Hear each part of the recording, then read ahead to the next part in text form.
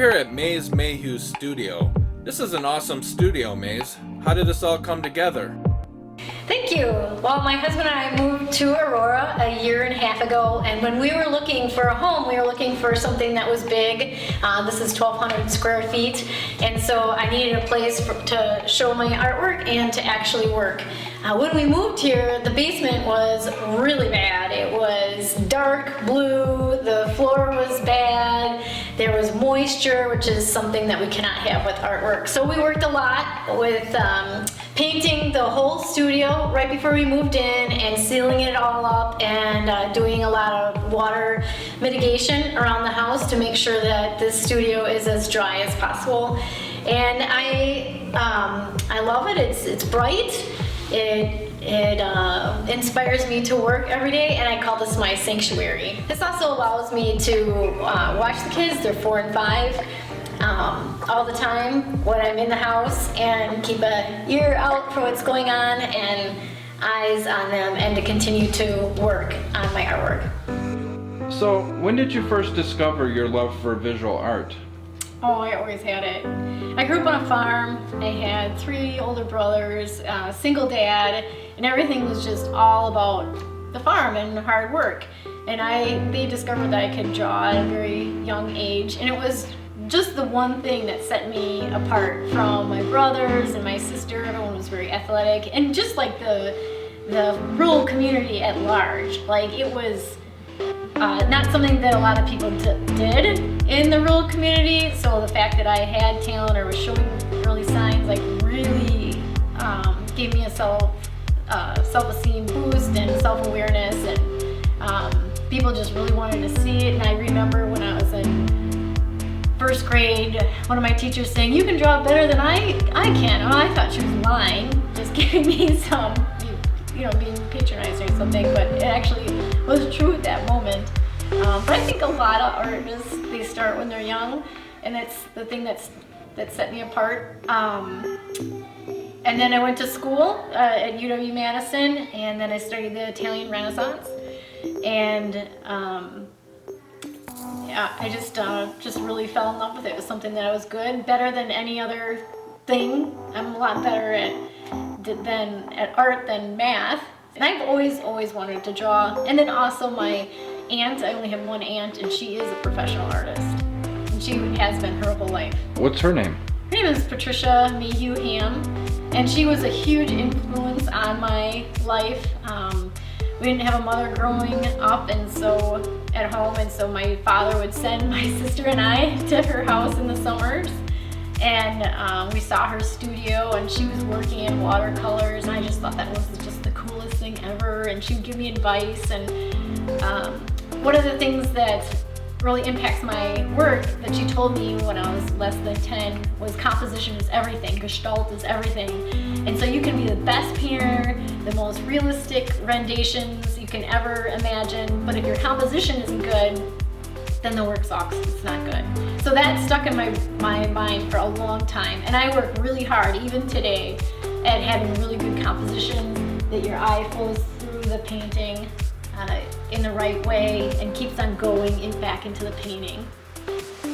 Well, it's just so amazing how teachers and even friends, and in that case a family member, can touch your life and just steer you in this direction that maybe you weren't heading into.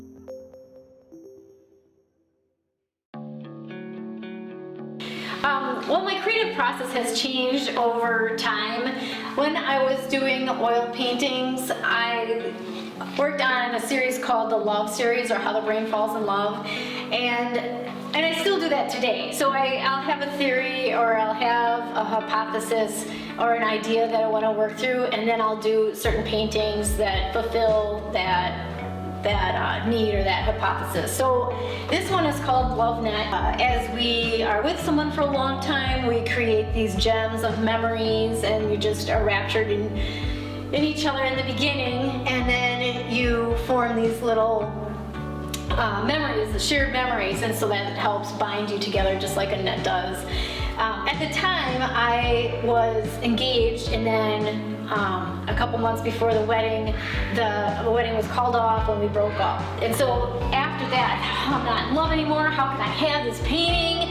I've got all these paintings about falling in love. This is horrible. And so part of the healing process that I went through at that time was to paint the silhouette of the piece, because it wasn't me anymore, and I couldn't relate to it anymore. And I'm sure we all deal with love and loss. That makes us human. So I painted the silhouette of the pieces, but with keeping the shared memories.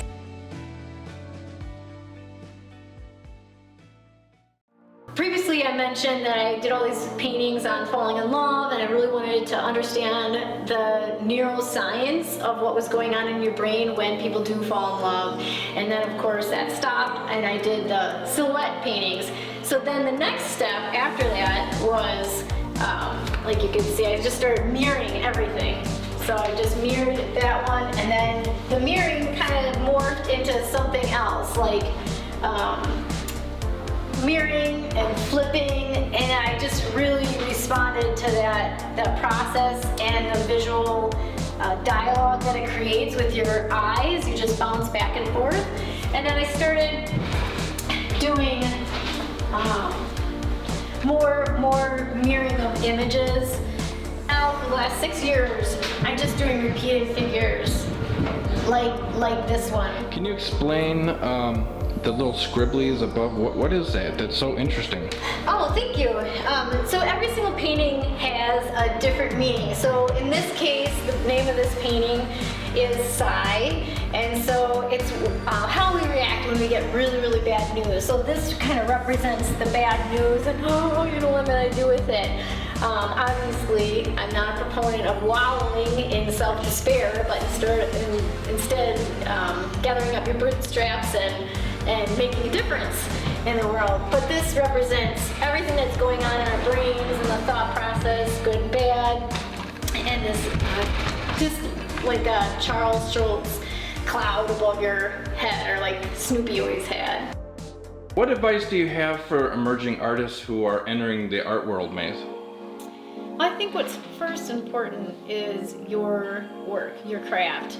You are selling a product, so that is the number one thing. If your product is not good, if your art is not good, or if it isn't where you want it to be, that's something that I think that you need to work on first. Sometimes artists go out too early, and I think that they need to work on their craft just a little bit more. The next thing I think is commitment. So if you're going to have a body of work and you're going to commit to making a concise story or what you want to say, I think you need to make commitment to doing it daily. So that means you also need time. So if you are working a couple other jobs, I think you really need to devote some time in your calendar every week to your craft. And if you don't show up in your studio, you're just not going to get better, and it's going to do a disservice. You can want things, but you also have to show up and do the work. I think the other thing that's really, really good for artists, and it's really helped with me, is a community. So a community of artists, whether it's somebody who's doing the same thing as you, or a business coach. I've had business coaches for at least the last 5 years, different ones, but they've always helped. You just don't feel like you're alone. You feel like we're in a team, we're doing it together, you can bounce ideas off of them. That's why I think a business coach or an art business coach or a mentor is really important.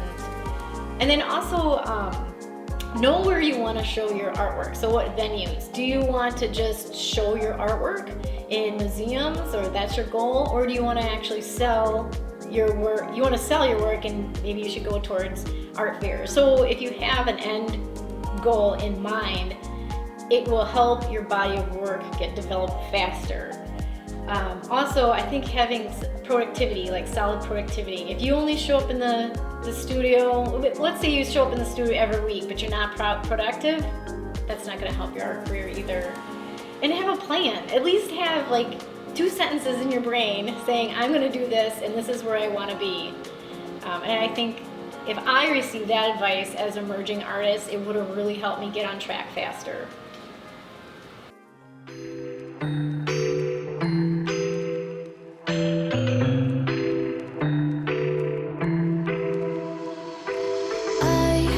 an ache inside of me.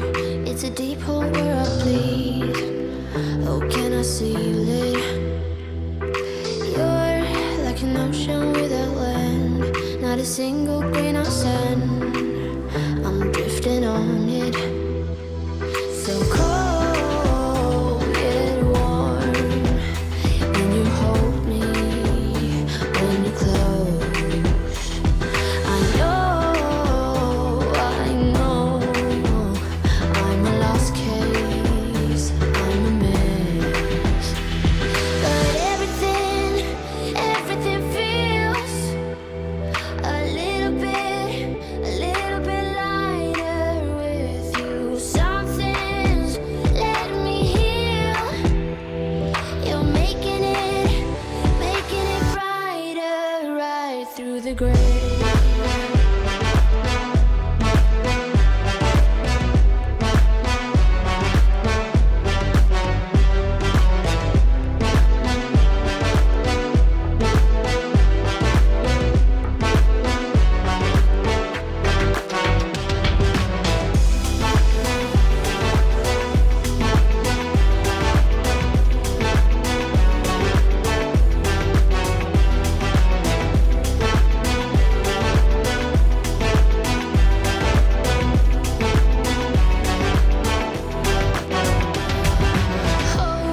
It's the last thing that I need.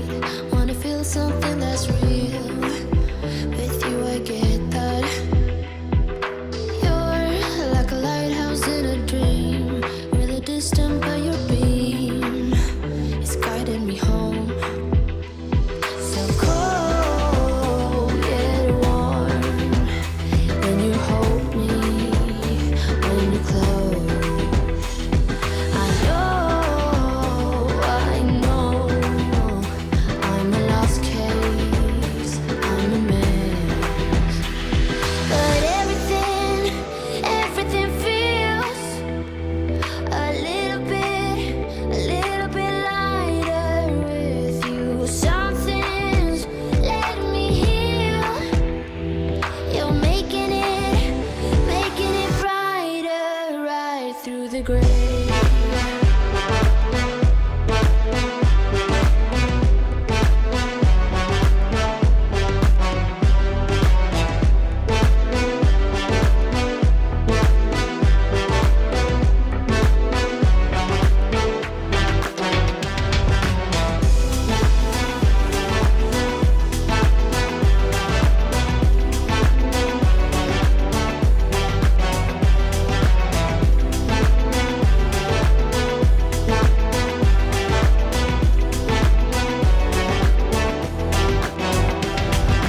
Hit you with the text on XO. My ace boom boom, no flex, no. I won't gas you up like petrol. Just trying to take you way up where the jets go. But you didn't notice that. Keep clocking all my hours, I told you that. Work now, play later. But you keep going off on me. Keep texting like it's all on me. Yeah, you're all in my head like you're my forever, not for right now. My day one, you hold me down. Hard cold like the wintertime. Fight for your love, can't slow me down.